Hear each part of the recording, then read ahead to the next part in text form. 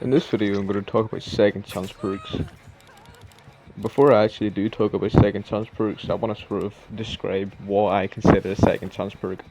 And this goes for both sides. This isn't just Survivor, as many people sort of think. Killers do have one second chance perk, and that's no one escapes death. But in my opinion, a second chance perk is a perk that basically just rectifies a mistake. It gives you a powerful effect for doing something wrong. A good example would be Decisive Strike. As you can see here, my friend ririmo got downed, and Decisive Strike, he gets out, and obviously I give him a tea bag because I'm an idiot, but that's just a good example of why second chance perks are a problem. As you can see here, Decisive Strike right at the exit gate, nothing I can do. It's a problem. For survivors, second chance perks, in my opinion, Decisive Strike, Unbreakable, Borrow Time, and Dead Hard. These are the second chances in my opinion. I don't think Adrenaline is the second chance perk, because they actually have to do the generators to get value from it.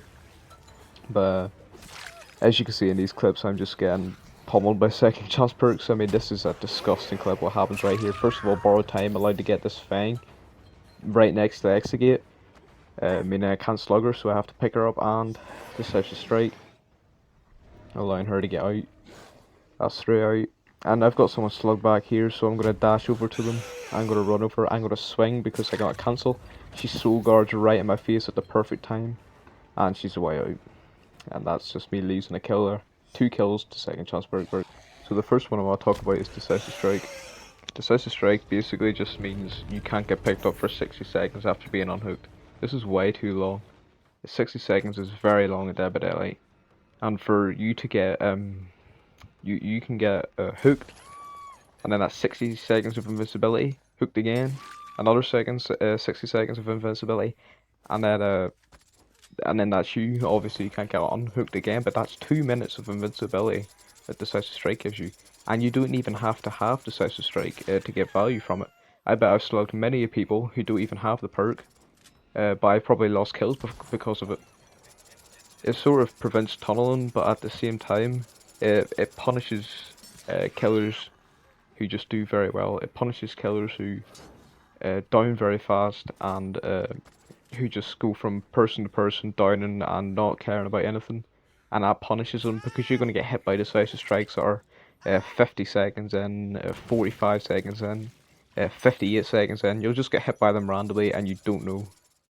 People have a lot of ideas on how to fix decisive strike, like making the timer 30 seconds and pausing a chase. To be honest, I would just do to decisive strike what the Dez did to Pop Goes the Weasel. Just make the timer 45 seconds. 45 seconds will make it so if you have this perk and you get tunneled, it will allow you to, unless the killer chases you for more than 45 seconds, you'll be able to hit them again with the decisive strike. And that's going to hurt killers a lot because if they're trying to tunnel you and they're chasing you for like well over like 50, 60 seconds at a time trying to get you out, then they're not being efficient, and then sure you might get tunneled all game, but at the end of the day, you'll probably die when the last generator is ready, and all 3 of your teammates go out, and you've spent the whole game being chased, which isn't bad. At least you didn't spend the whole game on the ground or on a hook. So reducing to 45 seconds, in my opinion, would be fine. Because at least then, if I find a guy like 30 seconds after he's been unhooked, and I know like roughly when he's been unhooked, and I chase him and I down him, I can actually pick him up. You know, and like in the end game, if I do end up downing a guy who's been unhooked, like a few seconds after he's been unhooked and he's not near the gate, then he can't just crawl out. That 15 seconds would just make it so DS is less oppressive to the killer. It'd allow the killer to actually have a bit of flexibility in the game and be able to not really have to worry about DS unless they're actively tunneling out a survivor. The next perk I want to talk about is Unbreakable. Now, I don't think Unbreakable's it's technically a second chance perk, but I don't think Unbreakable is that overpowered. Unbreakable, well, is sort of a either useless or incredibly powerful perk. At the top level of play, when killers have to slug a lot, I find that against really good teams, I end up having to maybe have one hooked and slug the last 3 when there's 1 gen left. And Unbreakable basically prevents me from doing that. So, what I would do to Unbreakable is actually just remove that increased recovery speed and give it to like Tenacity or Flip Flop or something. I think Unbreakable's effect is strong enough that it doesn't need that extra recovery speed to get people off the ground super fast. You could give it to a different perk, like I said, tenacity or something, and it would make those perks more useful and make it so you could just use it with Unbreakable to make it like incredibly strong when you're slugged. But I think just Unbreakable, that default effect it has is already strong enough that it doesn't need to have the extra recovery speed. Next is borrowed time, and I think this one's also a bit weird because in some cases it isn't. Like if a killer's proxy camping and somebody comes in and uses borrowed time, and the killer just comes and hits him and tries to tunnel him out, yeah, well, borrowed time's doing its job there, but sometimes borrowed time can be really stupid, and survivors can abuse it. I would actually change borrowed time to make it more consistent and more sort of for its purpose. This would be like a nerf and a buff for borrowed time. So for starters, at the minute, it's in your terror radius. If a survivor gets unhooked in your terror radius, they get the borrowed time effect. I want to change this to 24 meters. This means if I'm like 30 meters away from a hook and chasing a guy can't get unhooked and then come running and take a hit with borrowed time. But on the other hand, killers like Freddy and stealth killers can abuse the fact that they ignore borrowed time and then just keep tunneling people. Then I would reduce the timer. At the minute it's 15 seconds, which is just too long. In 15 seconds, a survivor can travel 60 meters. That's about, that's like a third of most maps. And on a map like, let's say this one, Coal Tower, that's like almost half the map. So I think that's just way too long. Sure, a killer can wait out. I would just reduce it to 12 seconds so that survivors can't body block. A lot of the time, a survivor will get unhooked, they'll come in and they'll just body block you, and 15 seconds sometimes is too long to wait, especially if they have decisive strike and you have to sit there and wait 15 seconds. They can travel across the map and then get downed, and if they got unbreakable as well, then, well, they're just going to get up and they've took a hit and they've completely screwed you over. So for borrowed time, just to summarize, I would just make it so it's when you're within 24 meters of the hook and 12 seconds timer instead of 15. So it just makes borrowed time less abusable by survivors and makes it so killers without terror radius and like Freddy can't abuse the fact that they ignore borrowed time to just keep tunneling someone out of the game. Next is Dead Hard. Now, Dead Hard's technically not a second chance perk, but the way survivors use it, which is the strongest way to use it for distance, is a second chance perk. It's a second chance in a chase. Let's say I've been chasing a guy for 20 seconds, I get a first hit, and another 20 seconds I'm about to down him. I'm close to downing him, but he dead hards. I makes a pallet. Him making that pallet could either force me to drop the chase, or waste potentially 10 to another 40 seconds trying to get him down. It's incredibly strong and it can be really stupid sometimes because it extends chases way too much. Dead Hard just for distance, it's way too powerful, allowing you to just make chases much longer than they should have been and rectify your mistakes in a chase. It's not even it doesn't take skill to use Dead Hard. You press the button and you gain a bit of distance. You messed up in a chase. Let's say you're a pallet and I moonwalk a bit a mind game and I get a bit of distance on you and I'm able to hit you, but you dead hard and now I can't do that.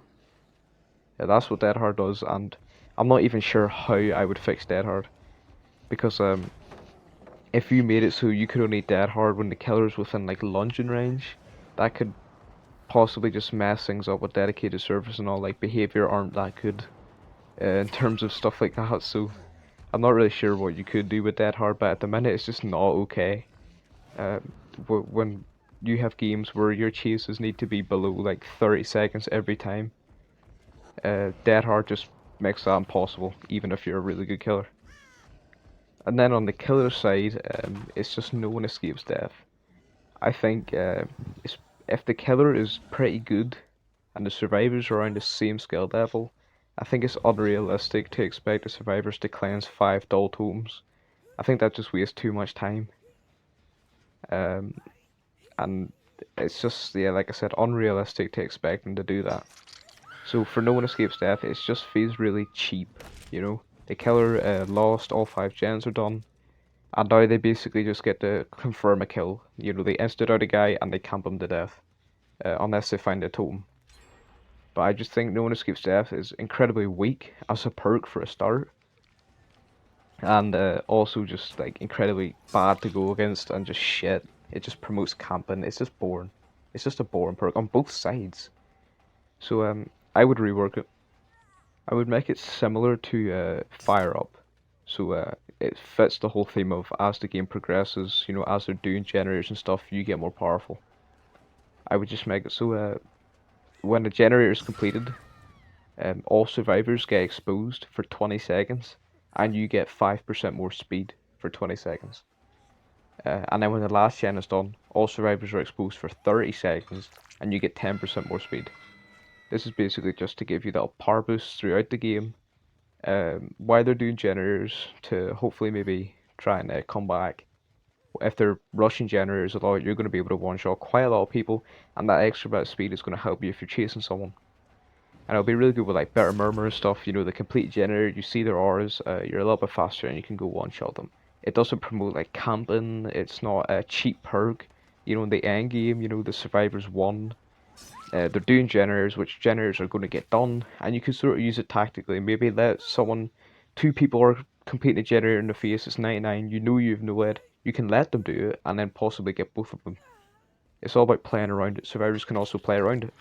Like if they're healthy, they see the killer coming, they're like 99% the generator, they can just not complete the generator and then wait, drag the killer away, and let their teammate finish it so they don't get insta down. I think that would be a lot more healthy if all these perks were just fixed, because they all suck to go against. Like none of these perks are fun to go against. Decisive Strike, it sucks. You know, it kills the killer's momentum. You can't progress the game fast enough. Survivors can do generators faster, and you can kill them if they have Decisive Strike, and that's just like the harsh truth. To win at these top games, you need to kill someone as fast as possible. You ideally want to have someone dead by the time there's like 2 gens left. And with Decisive Strike, that's just impossible. So, and then Borrowed Time, it allows people to just be way too aggressive. Survivors when unhooking, they don't have to unhook smart. Unbreakable allows to come back from losing. You know, the killer slugs all 5 of them, or all 4 of them. Unbreakable allows to come back from that, rectify their mistakes. Dead Hard allows them to rectify mistakes in loops, so that, you know, they can extend chases that otherwise would have ended. And No One Escapes Death basically just allows the killer to get a free kill at the end of the game for losing. So that's this video. I just wanted to get this out because I've not been liking Dead by Daylight that much these days. I'm finding it a bit boring, but at the same time, it's just a bit frustrating. I'm just getting tired of the same shit. These incredibly powerful loops and these second chance perks and these gen rushes, and I've just been not really liking Dead by Daylight these days. I'm getting a bit burnt out, like, because you know, on top of all that bad gameplay, it's just getting kind of boring. There's been nothing new. Uh, I didn't really like Blight that much because console Blight is just really bad compared to PC Blight, and I didn't really like the twins that much. So the past few chapters for me have just been incredibly stale, and the game has been really similar for a long time now. I'm just getting kind of burnt out. I've been playing a lot of Apex Legends. If you just want to see Apex Legends gameplay, tell me. I've got a couple of nice squad wipes clips and stuff like that. But that's this one. I'll be doing an Executioner add-on rework probably tomorrow. So that's it for this one.